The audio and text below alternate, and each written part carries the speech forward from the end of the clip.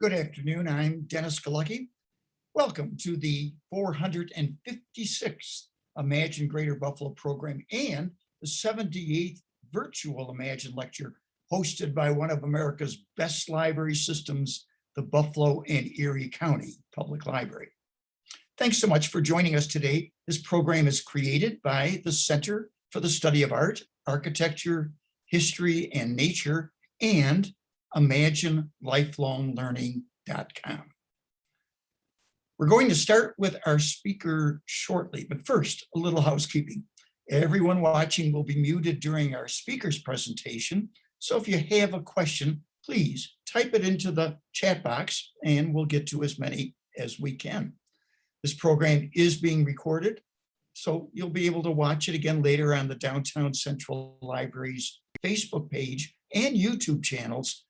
And we hope you share the link with your friends and networks. Each week, the Tuesday Imagine program has a theme. First Tuesday is art and creativity. Also, for the past year, the Imagine Greater Buffalo series has focused on Erie County's celebration of its bicentennial, its 200th anniversary, April through April. Today's program does that in a unique way. Perhaps you have seen the 4 monumental statues on Old County Hall, downtown. Those statues represent what was most important to this region in 1876 when that building was completed. Those 4 statues represent justice, mechanical arts, commerce, and agriculture. Agriculture is still important to Erie County today. And today we're going to hear a unique program that makes that connection. Our featured speaker is Jajean Rose-Burney. Jajean currently serves as Deputy Executive Director of the Western New York Land Conservancy. Previously, Jajean has worked at the Urban Design Project and studied in the Sustainable Futures Program in Costa Rica. He has also served as Peace Corps volunteer, written numerous articles and books, and works with a variety of environmental organizations. Jajean joins us today to talk about Plant the Future of Farming, a collaborative effort with Providence Farm Collective to raise funds to purchase a 37-acre farm in Orchard Park. It also will support Black, immigrant, refugee, and low-income farmers and help ensure fresh food access for all. A unique project. Jajean, let's hear more. Take it away. Thank you, Dennis. Thank you so much. Thank you for inviting me to this presentation. I'm joined by Kara Frasina, who's the Communications and Development Manager at the Land Conservancy. And Kara knows a lot about the Providence Farm Collective project, has been helping with the fundraising campaign, and is going to also be helping with running videos and the slideshow and making sure those things work. So thanks again, Kara. I think you can start the slides. I'm happy to be here. This is an introduction to a collaborative project between the Land Conservancy, another not-for-profit called the Providence Farm Collective, which is a local not-for-profit, which basically manages this one farm in Orchard Park, collaboration with the entire community and the farmers at Providence Farm Collective. We've been working closely with Kristen Heltman-Weiss, who's the Executive Director and President of the Providence Farm Collective, and also with Barry Ziegler, who's the Director of Development and Admin at the Providence Farm Collective. They couldn't be here today, but they've been on most of the other presentations, and they've been a really strong partner of ours. And this is a fun, collaborative, I think, unique effort. 2 different not-for-profits trying to raise money for a project that we share as a high priority. So Providence Farm Collective is a not-for-profit. They lease a 37-acre farm in Orchard Park. This is a farm where 300 refugee and immigrant and Black farmers from Buffalo mostly grow healthy, culturally relevant food for their children and for their communities. And so we're supporting their efforts, the efforts of the farmers at this farm, to make their farm their permanent home. We're teaming up to raise $2.3 million by the end of this year, so the Providence Farm Collective can buy that land. They currently lease it for $1. add needed infrastructure, things they need in order to have a farm work as a farm. And then the Land Conservancy, like we do with our other projects, we're going to permanently protect that farm with a conservation easement.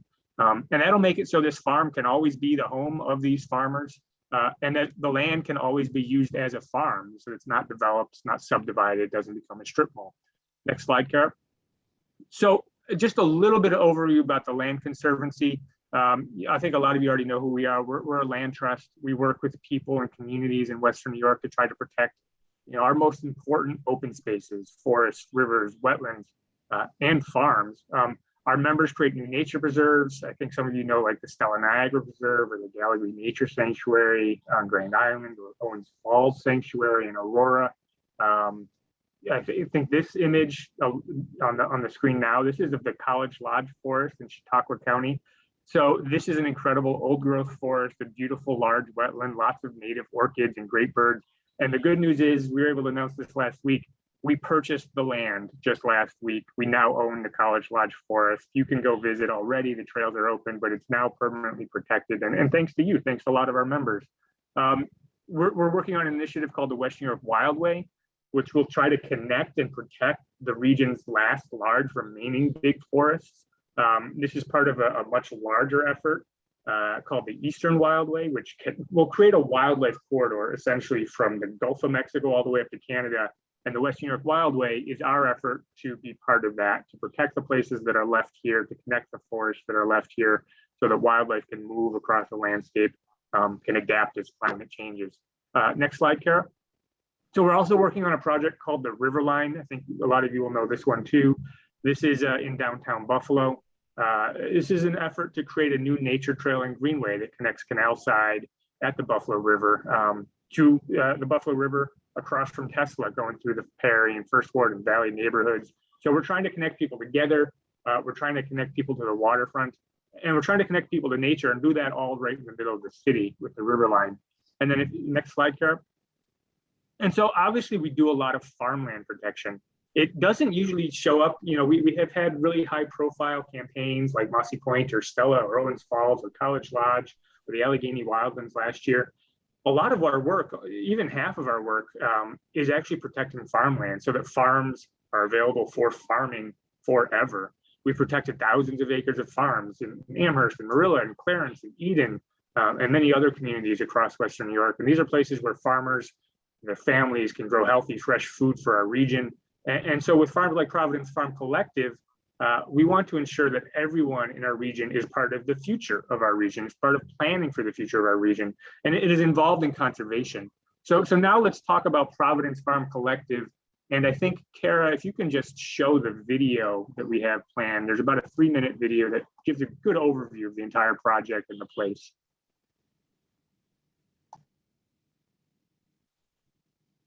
Across our region, farmers are aging out of agriculture. Their retirement plans increasingly involve the sale of their land to developers.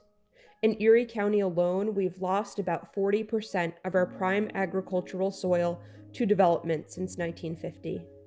Once you develop prime soil, it's lost forever.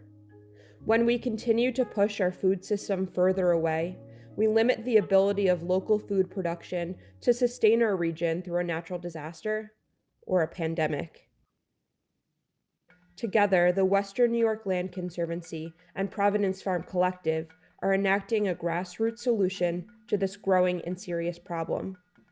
Our capital campaign will fund the outright purchase of the 37 acres of prime farmland we began growing on in 2021, and ensure it will remain farmland forever. PFC did a very great job to even providing the land for us. And not just the land, they provided resources, the effort, the manpower to get us over here. This is some of the nicest land here in New York State. It's very well drained, it's very early ground, and it can be real forgiving in a wet fall. Not all of it, but most of it. So many of the immigrants and refugees arriving in Buffalo come here with rich agricultural tradition, knowledge, and skills. By supporting our capital campaign, you will secure the future of these small businesses, investing in and feeding our community. Right now we have a 5 acres, which you see it here with the corn, and people, they just plant it with their hand. It's not a machine. 5 acres, they go through with the hand. It's just like making an exercise. People, they just remember where they're coming from, what they used to do it. Many of people just remembers back home, and then it's a tradition, it's a way of living, and then we try to embrace it. It's a different pepper we eat. It's a small and very spicy one. So we like to eat the spicy food. So that's the reason we can grow a lot right here. The importance of farming here is it makes me to feel like home. I feel like home. That's the important part. It makes me not to forget my root. If our region's renaissance is to be a success, it must be built upon a sustainable, resilient local food production system. Plant the future of farming. Give to our joint capital campaign today.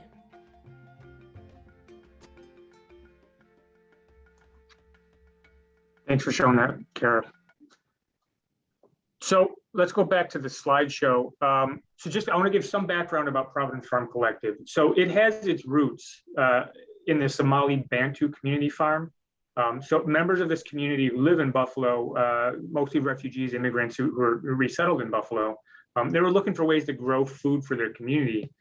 Many had come from agrarian backgrounds in Somalia and even refugee camps in Kenya, where they used to have farms and gardens, and they were used to growing their own food. Being resettled in Buffalo made it difficult for them to find, types of produce they were used to in stores. They had no access to farmland to grow food. So they got together and they came up with a plan. And that plan was to create a farm for their community. They found a farm in East Aurora. That farm was called Providence Farm. And that farm offered them space to grow crops. So that farm expanded, and the number of immigrant and refugee communities farming there expanded. And that's just a few years ago. The Providence Farm Collective organization was born. It became its own not-for-profit. That name from that original farm in East Aurora is how the Providence Farm Collective organization got its name. And by 2020, there was so much demand from immigrant and refugee communities in Western New York and Buffalo for space that they really had to find another location. They outgrew that space. You go to the next slide, Kara. So in 2021, after a search throughout the region, they were basically looking for a farm, a bigger farm, and a place that they could make permanent. They found this 37-acre farm on Burton Road in Orchard Park. The soils at this new farm, some of the most fertile in the region, had better access to the city. It's very near the 219, and most of the farmers live in the city. It's adjacent to the future headquarters of the Cornell Cooperative Extension. So there's sort of like collaborative training programs would make most sense here. And most importantly, the farmers wanted to be here. This is a farm that they really selected. So a board member of the Providence Farm Collective purchased that farm, leases it to the organization for $1 a year, but they want the organization to own the farm, and that's why we're raising money, so the organization can buy the land and it can be their permanent home. Kara, can you go to the next slide? So a little bit more background. The Providence Farm Collective, it hosts a variety of communities and offers a variety of training programs. There are nearly 300 farmers from the Somali Bantu, some African-American communities, Congolese, Liberian, Burundian, Karenni, Chin, Myanmar, Indigenous, and Ethiopian communities. Some of you might know Allison Dahoney, Buffalo Go Green. She has a plot at Providence Farm Collective. So in 2021, they grew over 90,000 pounds of produce, which is a lot more than they were able to produce at the East Aurora farm. So the soils here are much better. The crops go directly to their communities as food for themselves. Maybe they sell some for profit. They fund after school programs with some of those profits. The farmers, they provide food to food pantries in Western New York. Grant funding pays the farmers for the food, and the food is given to food pantries. And I think they estimated that 6,000 people received food from food pantries that was originally from this farm in Orchard Park last year. They sell their produce to Buffalo Public Schools for student lunches. PFC runs a community community supported agriculture, a CSA. Another place where they can sell the produce. There's an incubator program that helps farmers launch their own businesses. The idea is that these farmers at some point will become self-sustaining, go and find their own farm, become businesses in Western New York. They're creating a farm market on Buffalo's west side.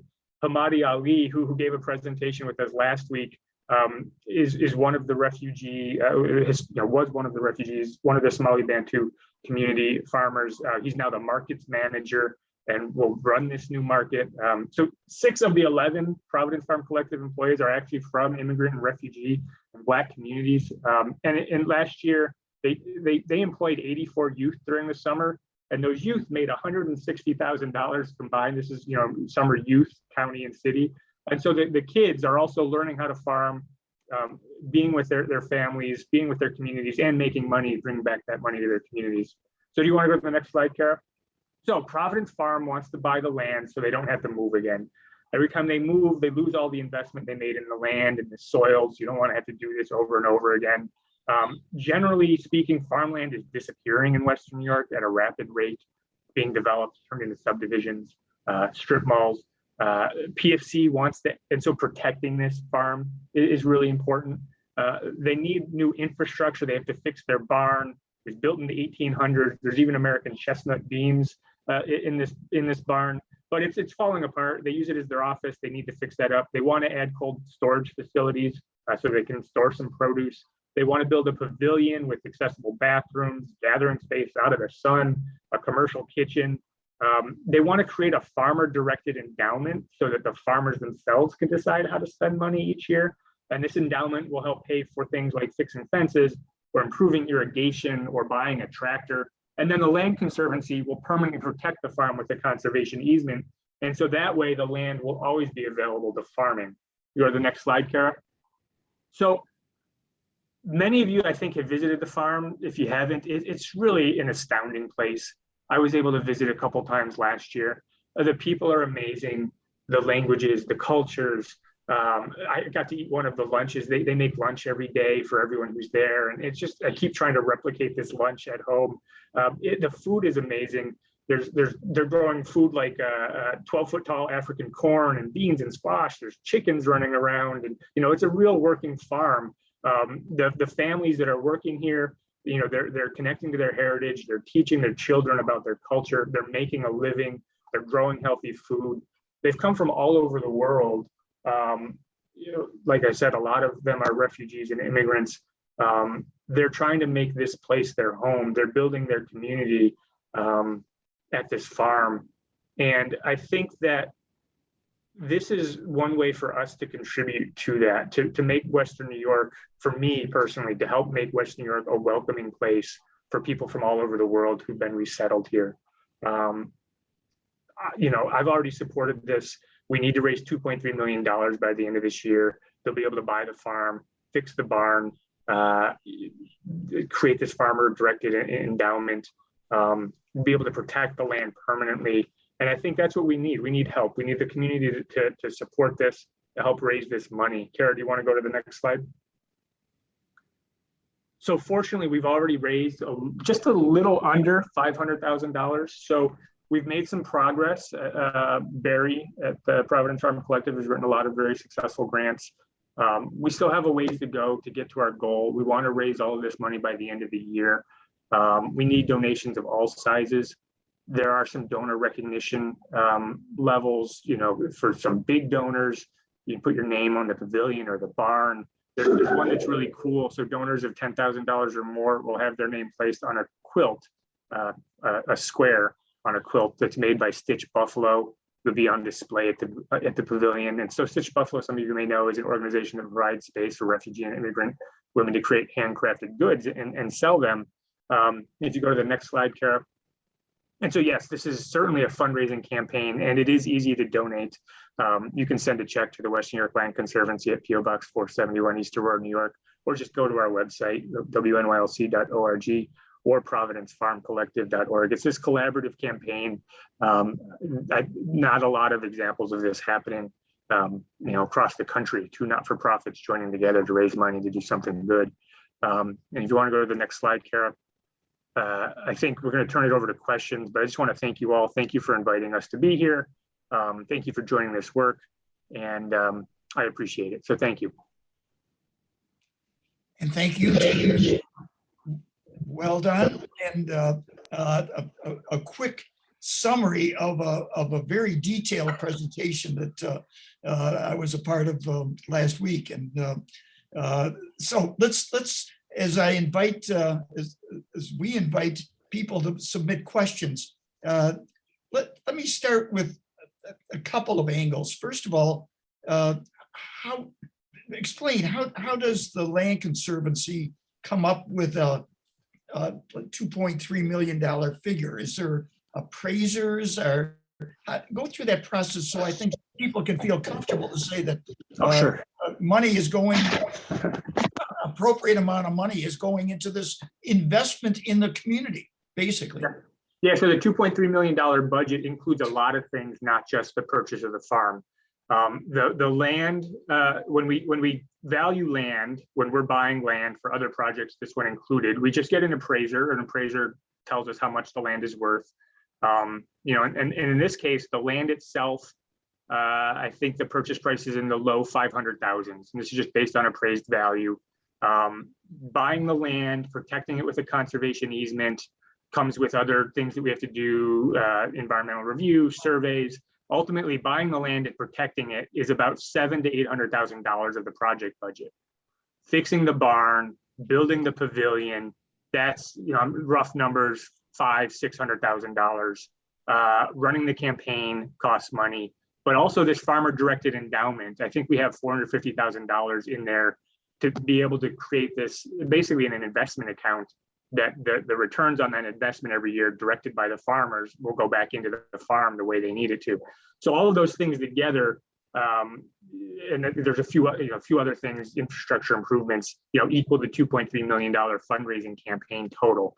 But basically farmland valued like any other land, we get an appraised value and we base our purchase offer on that appraised value. Well, and one of the points you made was the evaporation of good rural farmland in Erie County. And so how do you put a value on saving it from disappearing? Oh, sure. And that's the typical problem. I mean, like I said, a lot of our work is protecting farmland. It's always voluntary. It's always the farmer wants to do this, wants their land protected so that it's always available for farming. It's the same with the Providence Farm Collective. They want this land protected.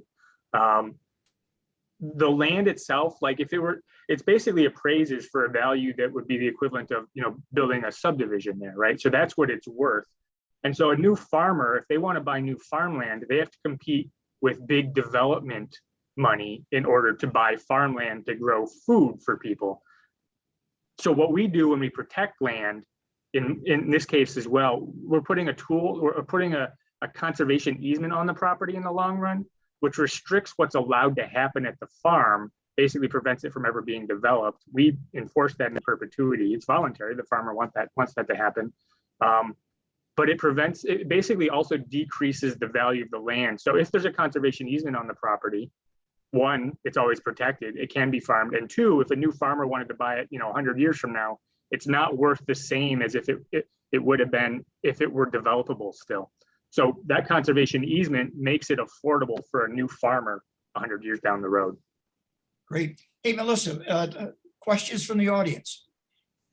We don't have any questions yet. Well, let's encourage people to do it. I'm going to ask, Jajean, you mentioned that Kara has been involved with this project. Kara, would you like to add a few words from your perspective? Sure, yeah.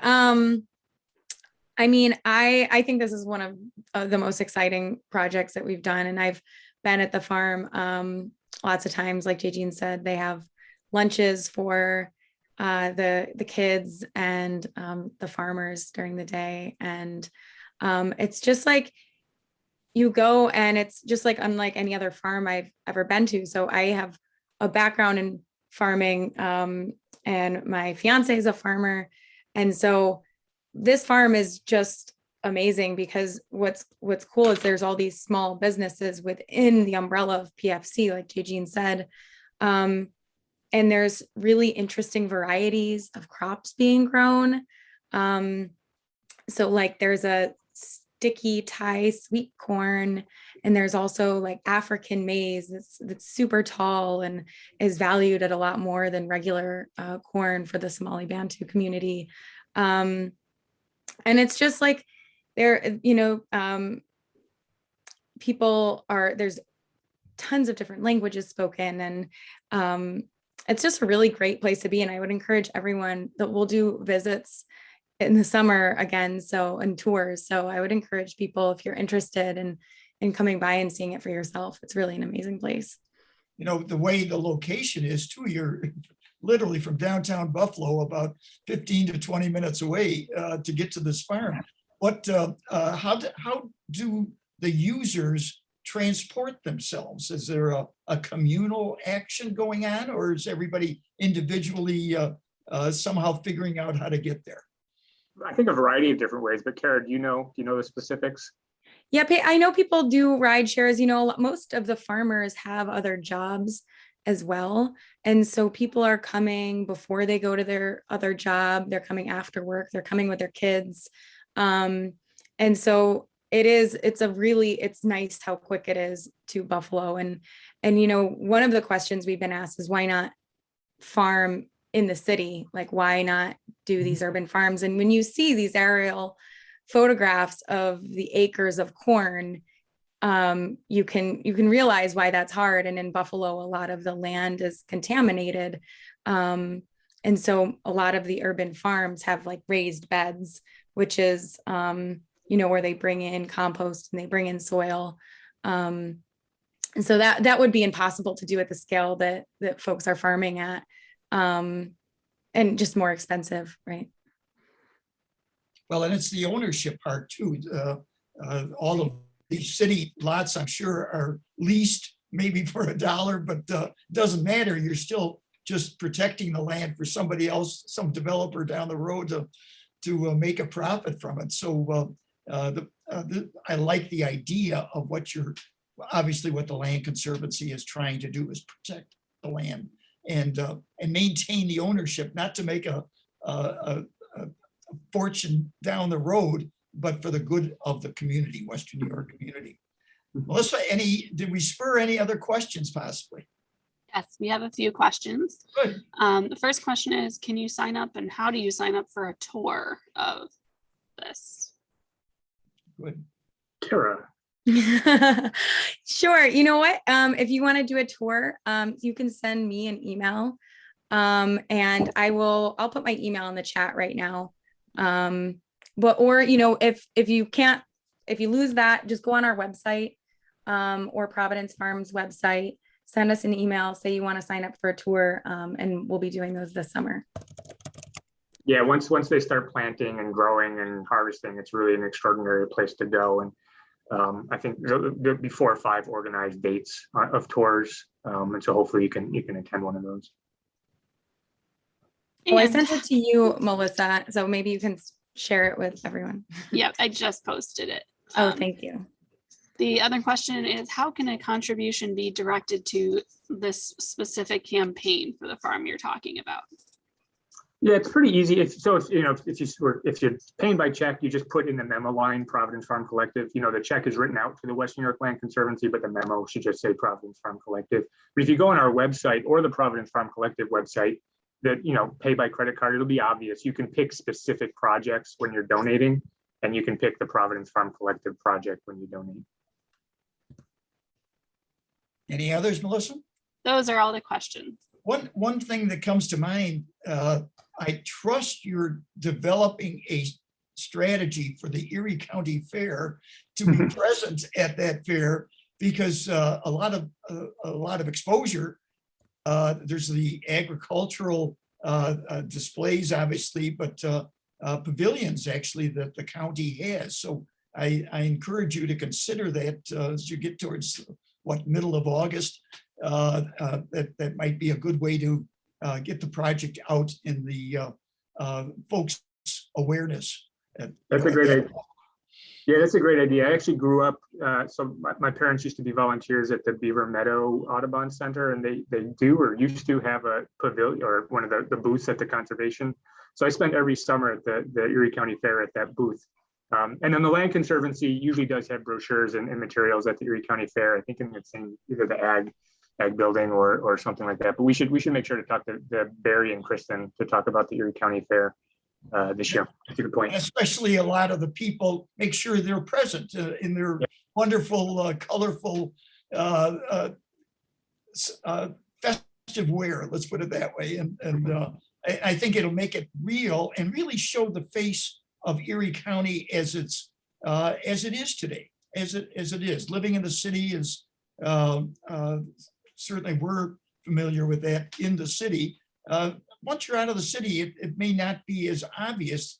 All the wonderful folks that have come into this community and really give it a vibrancy really are the reason our population stopped going down and at least is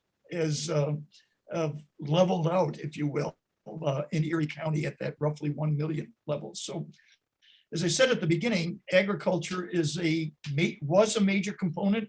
In 1876, when we built what was then the county and city hall, the new one then, and then we built our present city hall, well, to celebrate the 100th anniversary of Buffalo's founding in 1932, where it was founded in 1832. So, Melissa, unless there's something else, we'll wrap this up. Dennis, we did get one other question. Let's hear it. Have you guys received any grants for this? Yeah, for this specific group, so Providence Farm Collective as its own organization has received multiple grants for different programs for the last 4 years. I can't go through the entire list, but they've been managing many really cool big grants, big projects, creating that new farm market on the west side, grant funded. We've already received multiple grants for this project itself. Providence Farm Collective has written multiple funding grant or successful grants. I don't know if I can announce them yet publicly, but we've raised, I think, we have to talk to the funders. This is in the last week, a lot of the success happened. So we've raised nearly $500,000, and most of that is from grants from local foundations and even nationally. I'll let everyone know as soon as I can what those are, but at the moment I don't think I can say what they are. You got a good start. That's something to message. And what you're really doing, Jajean, is building into the project sustainability with that endowment.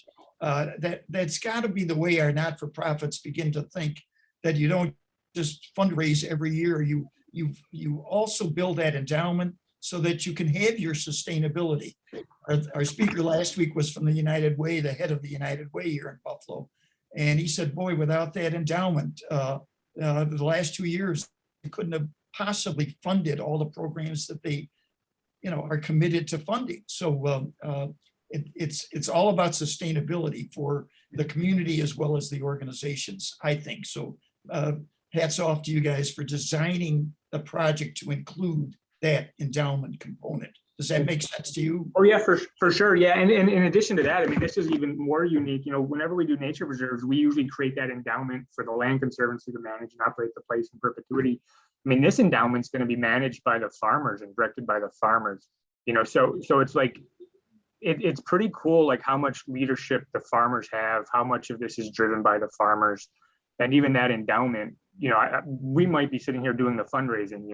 This is sort of like what we do professionally, but the endowment is gonna, the farmers are gonna direct what that endowment is used for. And so, like I mentioned, a lot of the staff for PFC are the farmers, and so the creating capacity, building capacity, and it's not even just building the capacity. It's like letting the capacity that already exists in these farmers, like making sure they are guiding it is really critical to this project, and I think something that's really cool.